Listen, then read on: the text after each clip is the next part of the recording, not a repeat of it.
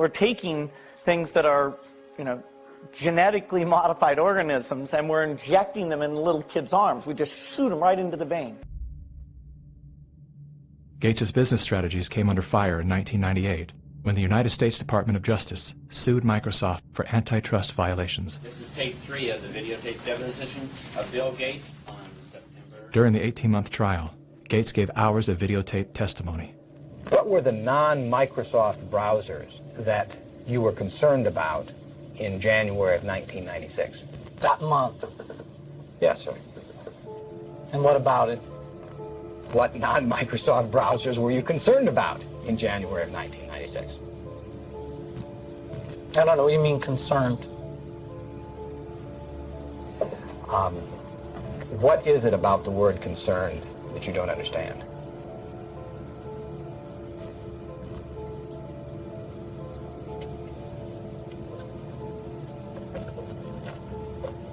I'm not sure what you mean by it. The Justice Department has charged Microsoft with engaging in anti-competitive and exclusionary practices designed to maintain its monopoly in personal computer operating systems. In a move to overshadow the negative press, Gates invested $100 million to set up the Bill and Melinda Gates Foundation.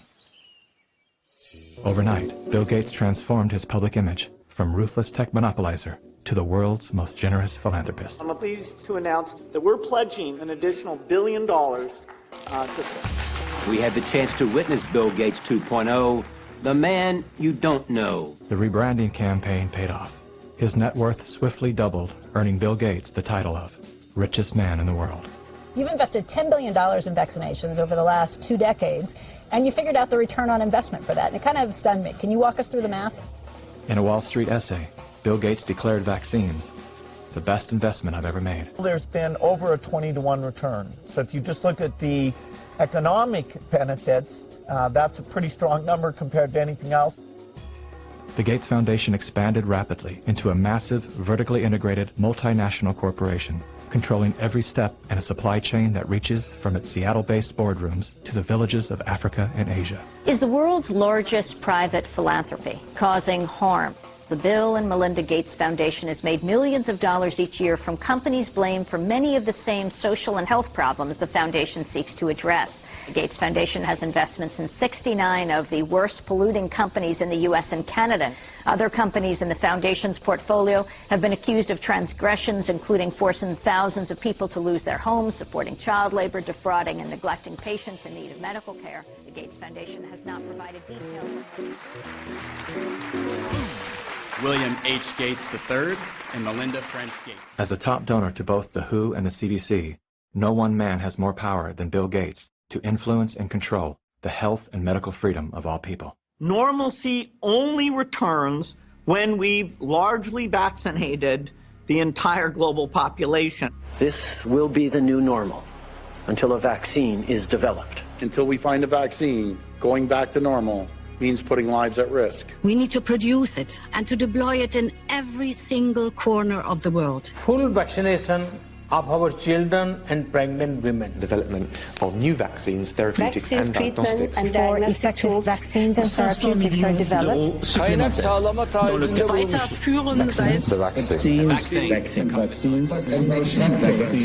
We've already bought the syringes. We already know where it's going to happen. We're thinking about what that's going to be. It's all part of this plan. Our military is now being mobilized, so at the end of the year, we're going to be able to give it to a lot of people very, very rapidly. In 1986, President Ronald Reagan signed the National Childhood Vaccine Injury Act, granting total immunity to vaccine manufacturers. After a decade of lawsuits related to vaccine injuries and deaths, vaccine makers were going bankrupt. In a move to coerce policymakers, vaccine companies threatened to stop making vaccines until they could be legally shielded from liability. To this day, when someone is injured or killed as the result of an adverse reaction, it is the U.S. taxpayers that pay for the damages. Welcome back. Were several Indian tribal girls used as guinea pigs? The report alleges that 2 American pharma giants untested vaccine was administered to thousands of tribal girls without proper study and paperwork. India was among the hardest hit after Bollywood celebrities were incentivized by the Gates Foundation to urge the public to submit to mass vaccinations. In 2009, tribal children were administered the HPV vaccine. Over 24,000 girls were told they were being given wellness shots, in many cases without the informed consent of a parent or a guardian. The people that were administering these vaccines lied to the guardians of these girls and told the girls, oh, this is going to cure cancer, you're never going to have cancer. And these girls became severely injured. Some of them developed seizures, some of them developed cancer, and 7 girls died. And there was no insurance, there was no assistance for them, and the Gates Foundation denied that it had been clinical trials. And it was so bad that the parliament in India created a task force, they studied it, and they kicked out the Gates Foundation. But India is a barbaric country. Things happen here in a very barbaric way. But I was surprised to find an American organization operating in broad daylight, doing things in a very, very, let's say, Indian fashion. And so the route I took was that I want the whole procedure to be investigated. The Indian Parliament formed a committee, and it was to me a rather surprising move because you generally don't often have such a high-level inquiry into matters affecting poor people. And that was such an extraordinary report. I don't think Indian Parliament has ever come out with such a scathing report. And the government officials came up and said, we shouldn't have authorized this. We're sorry. We're not going to allow them again. And now they're back doing their same old tricks again. The good news is that human clinical trials can start as early as July 2020 for India's first COVID-19 indigenous vaccine that's been developed by Bharat Biotech. So you can imagine how the manipulation of the media, by the media, the manipulation of public opinion by leaders from all political parties unanimously saying, we want a vaccine. And the worst thing is they are taken as philanthropists, whereas what this actually is the acquisition of political and financial power. And I think the second most populous country with 1.3 billion people is going to be a good base for pharmaceutical companies to make a killing and also kill a lot of people in the process.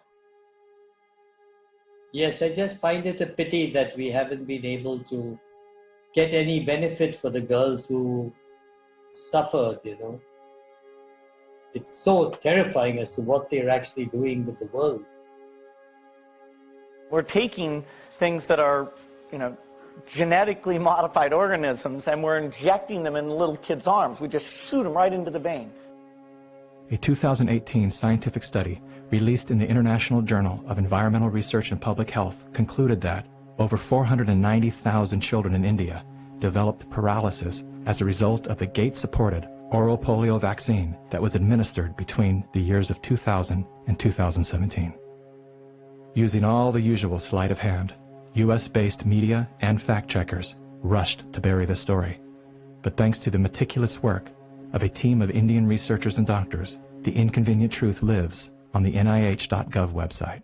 It's my honor to introduce Bill and Melinda Gates. Without any medical training, Bill and Melinda Gates founded the Global Alliance for Vaccines and Immunization, through which they fulfill their agenda to vaccinate the world. The foundation has been sued by the governments of some of the poorest and most vulnerable nations for causing serious harm through experimental vaccine programs.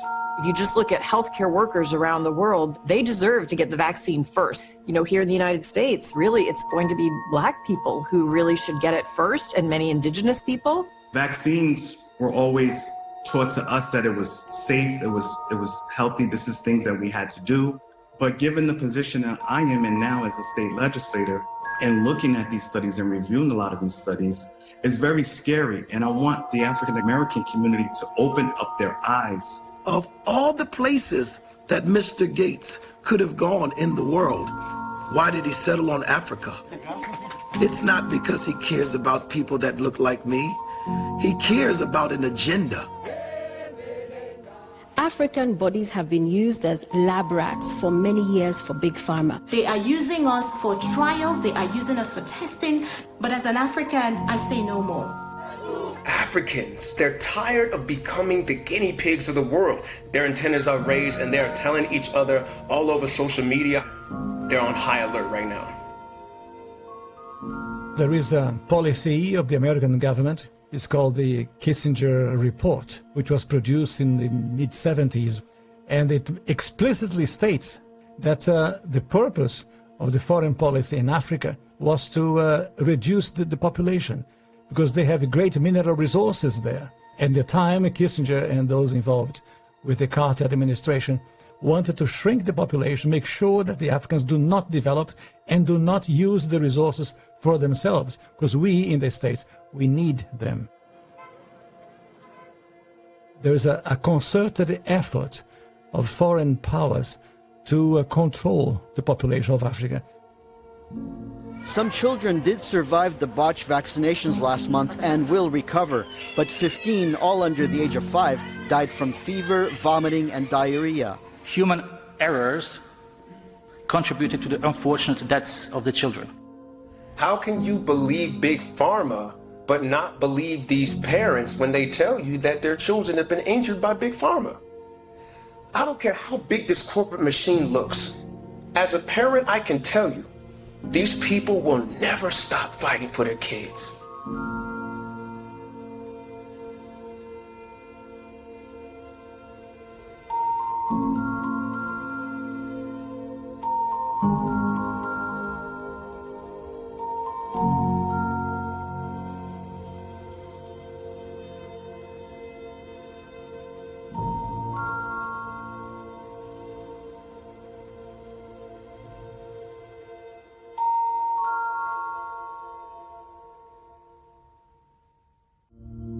Bill Gates is either the most misunderstood man alive or one of the most convincing con men to ever live. Is he a benevolent hero or a malevolent opportunist? Bill Gates. Personally, I would love to believe that one of the richest men in the world is giving away his fortune for the betterment of humanity. I want to believe that endearing smile. I want to believe that his heart is as soft and warm as his sweaters. At the very least, I want to believe that he's unaware of the damage he's done.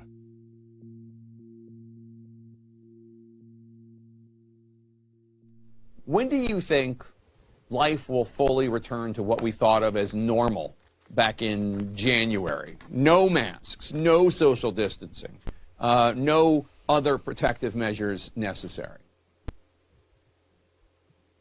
Certainly by the summer, we'll be way closer to normal than we are now.